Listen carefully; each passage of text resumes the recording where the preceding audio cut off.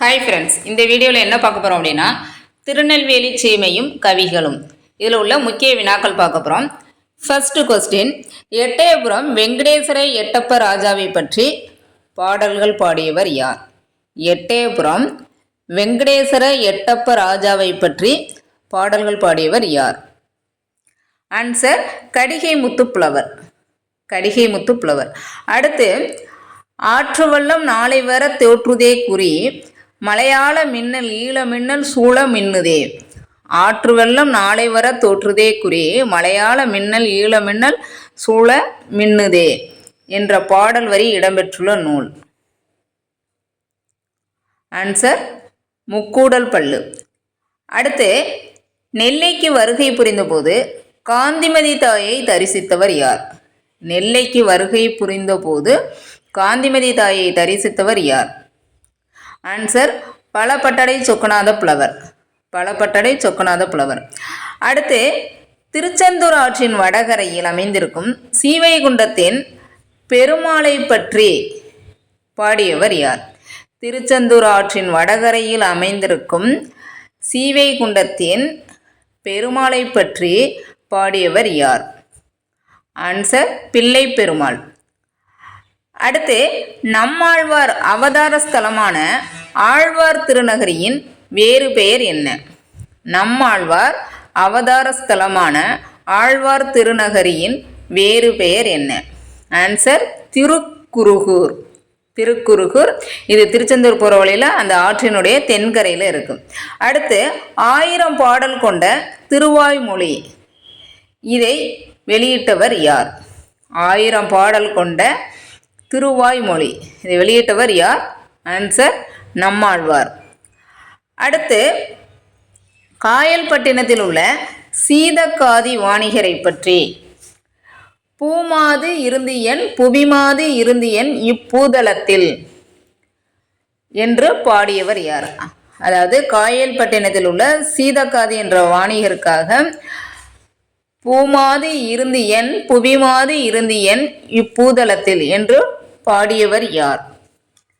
Answer நமச்சிவாய புலவர். நமச்சிவாய புலவர். அடுத்து, திருப்புகழ் பாடியவர் யார்? திருப்புகழ் பாடியவர் யார்? ஆன்சர் அருணகிரிநாதர். அடுத்து, திருச்செந்தூர் கழுகுமலை முருகனை பற்றி காவடி சிந்து பாடியவர் யார்? திருச்செந்தூர் கழுகுமலை முருகன் பற்றி காவடி சிந்து பாடியவர் யார்? ஆன்சர் அண்ணாமலையார்.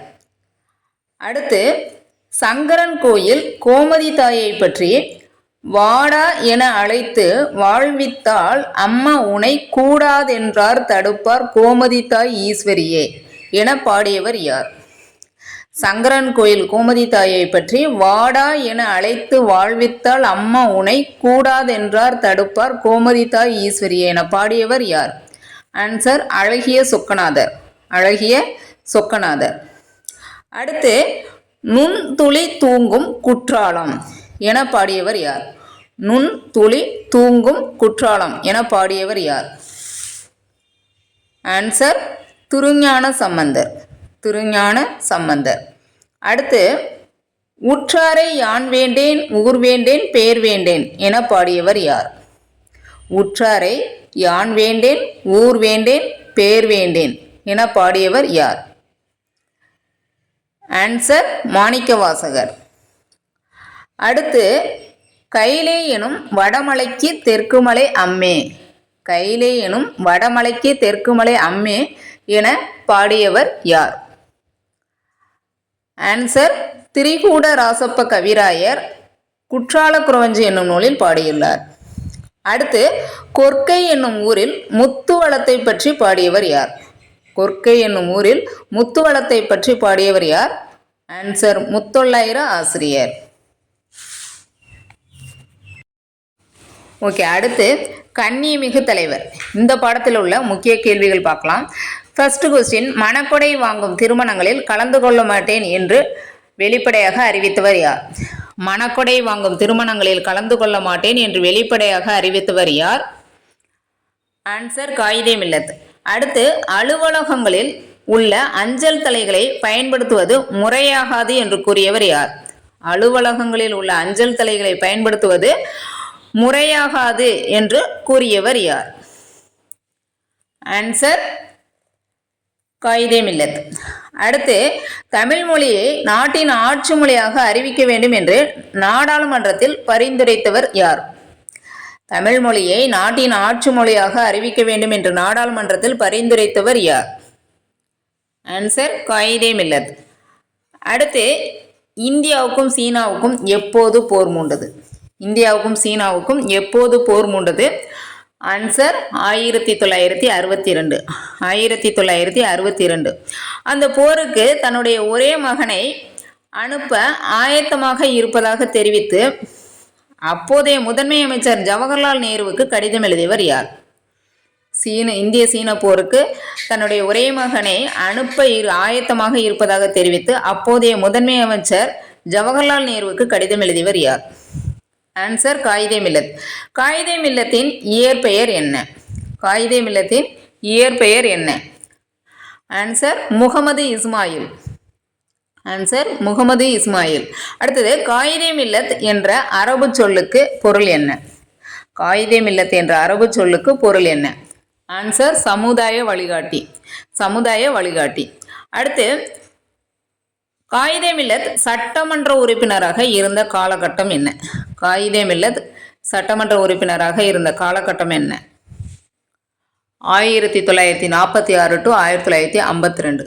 1946 to 1952. அடுத்து, திருச்சி ஜமால் முகமது கல்லூரி மற்றும் கேரளாவில் ஃபரூக் கல்லூரி ஆகியவற்றை தொடங்க காரணமாக இருந்தவர் யார்? திருச்சி ஜமால் முகமது கல்லூரி, கேரளாவில் ஃபரூக் கல்லூரி தொடங்க காரணமாக இருந்தவர் யார்? ஆன்சர் காயிதே மில்லத். அடுத்து, இந்திய நாட்டின் கனிம வளங்களை பற்றி நாடாளுமன்றத்தில் எடுத்துரைத்தவர் யார்? இந்திய நாட்டின் கனிம வளங்களை பற்றி நாடாளுமன்றத்தில் எடுத்துரைத்தவர் யார்? ஆன்சர் காயிதே மில்லத்.